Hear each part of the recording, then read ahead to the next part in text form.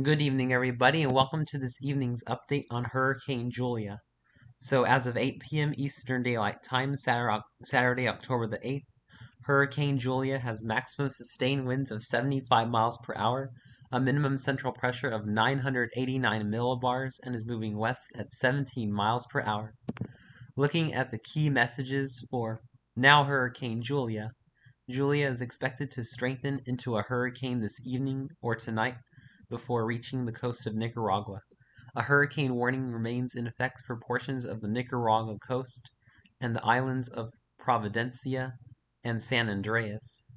Hurricane force winds and a dangerous storm surge are expected in areas where the core of the system crosses the islands this evening and moves onshore into Nicaragua tonight. Life-threatening flash flooding and mudslides are expected across portions of Central America this weekend. Flash flooding is possible through the isthmus of the Tehuantepec in Mexico early next week. Julia is forecast to remain as a tropical storm while it moves into the Central America into the adjacent Pacific waters, and a tropical storm warning. Tropical storm warnings are in effect along the Pacific coasts of Nicaragua, Honduras, and El Salvador to account for the possibility of tropical storm force winds in those areas late Sunday and Sunday night.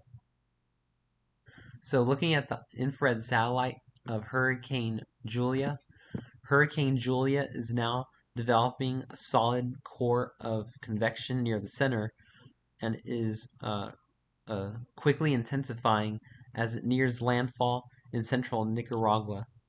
The San Andreas Islands are currently in the core of the storm, receiving extremely heavy rain and hurricane force winds, and hurricane conditions are going to be expected across eastern and central Nicaragua over the next 6 to 18 hours as Julia quickly moves west. And looking at the latest cone for Hurricane Julia is expected to make landfall tonight at around 2 a.m. in central Nicaragua as a 90-mile-per-hour hurricane, move towards across to western Nicaragua by 2 p.m. tomorrow, and emerge into the eastern Pacific by 2 a.m. Monday morning south of El Salvador, and weaken to a tropical depression 2 p.m. Monday afternoon. We have hurricane warnings in effect for the central and northern Nicaraguan coast in the red, as well as the San Andreas Islands. And then we have tropical storm warnings for southern and far northeastern Nicaragua in the blue, as well as southwest Nicaragua, southwest Honduras, and southern El Salvador, as mentioned in the tropical discussion, and tropical storm watches in northeastern Honduras, and hurricane watches in northeastern Nicaragua. Looking at the latest spaghetti tracks for Hurricane Julia, in the next 24 hours, Julia will move across Nicaragua and emerge into the eastern Pacific over the next 48 hours. And we're going to have to see if Hurricane Julia redevelops over the eastern Pacific south of Mexico and ends up being any threat to Mexico in the next 3 to 5 days. Looking at the intensity guidance for tropical storm, or now Hurricane Julia, this is outdated as Julia is now a Category 1 hurricane. So the models are kind of underdoing the intensity as they have initialized prior to Julia becoming a hurricane.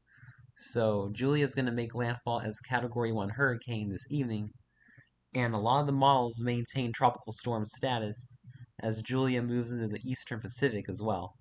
So we're going to have to watch Julia as she emerges over the eastern Pacific. And looking at the rainfall totals, this is going to be the big story with Hurricane Julia.